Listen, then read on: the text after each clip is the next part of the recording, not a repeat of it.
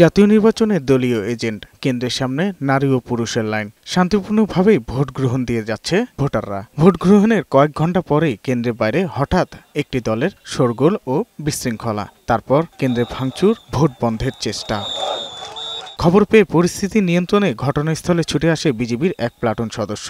অল্প সময়ের মধ্যেই ফিরে আসে ভোট কেন্দ্রের পরিবেশ। নির্বাচন সামনে রেখে বিজিবি সদর দপ্তরে হয়ে গেল মহড়া। সারা দেশে ৪৯২টি উপজেলায় পর্যায়ক্রমে প্রশিক্ষণ পাবেন ১২১০ প্লাটুন বিজিবি।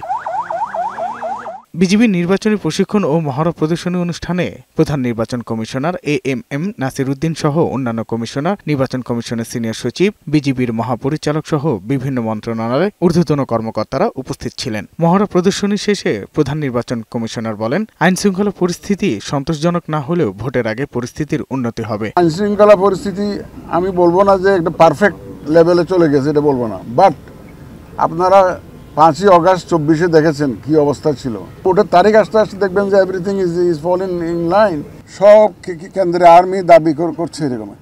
দেখেন পুলিশ, আমরা ধরেন ২জন পুলিশ দিতে পারি, ৩জন আনসার দিতে পারি, আর্মি ১জন ২জন এরকম দেওয়া যায় না। তবে আমরা এই ব্যাপারে সম্পূর্ণ ওয়াকিবহাল এবং সচেতন। কেউ ভোট প্রতিহত করতে চাইলে কঠোর ব্যবস্থা নেওয়ার হুঁশিয়ারি দেন সিইসি।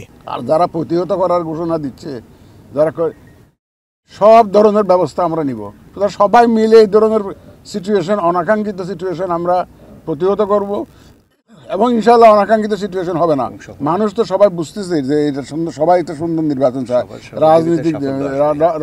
রাজনৈতিক দলগুলো ওয়াদা দিয়েছে তো জাতির কাছে। ঝুঁকি অ্যাসেসমেন্ট করেছি আমরা রেড, ইয়েলো, গ্রিন জোনে ভাগ করে অ্যাকর্ডিংলি ডেভেলপমেন্ট স্ট্র্যাটেজিটা ঠিক করব। আমরা নির্বাচনে দায়িত্ব পালন করবেন প্রায় ৩৫,০০০ বিজিবি সদস্য। সাজ্জাদুর রহমান, বৈশাখী সংবাদ, ঢাকা।